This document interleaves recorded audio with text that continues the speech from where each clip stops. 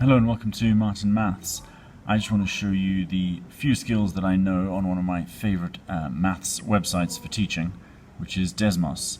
Because it's all about visuals and graphing, and I love explaining different math techniques graphically as much as I can. Now, I wouldn't say I'm an expert on this because I'm only still learning about it, but this is what I know, so please do add or comment or even inform me how best I can use it. So let's start off with what Desmos can do, and as you can see it's a coordinate grid, and you can plug in graphs that you want to look at. So say I've got 3x plus 2 and y equal to x squared plus 4.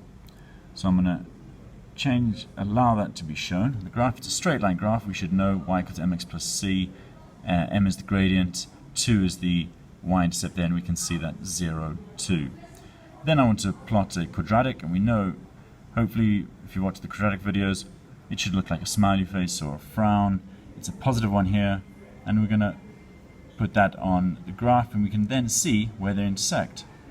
So let's look at that a little bit more clearly. I can zoom in with that function on the right there, and I can see that they share a point at 1, 5, and they cross twice at that point there, 2, 8. Now does that work? 3 times 2 is 6, plus 2 is 8, 2 squared is 4, plus 4 is 8, and 1 and 5, 1 squared plus 4 is 5, 3 times 1 plus 2 is 5.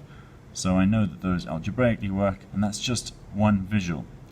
So there's lots we can do with Desmos. I'm going to get rid of that straight line graph there, and I'm going to turn this into the classic quadratic, because what I do like about Desmos is that I can shift the graph and I can change things. So we can look at the rotation, reflection, translation of this graph. For instance, I want to add a constant, but you can see here you can add a slider, so I can change that value of c. Now it's plotted it at 1 to start, but I can see the effect of increasing c or decreasing c.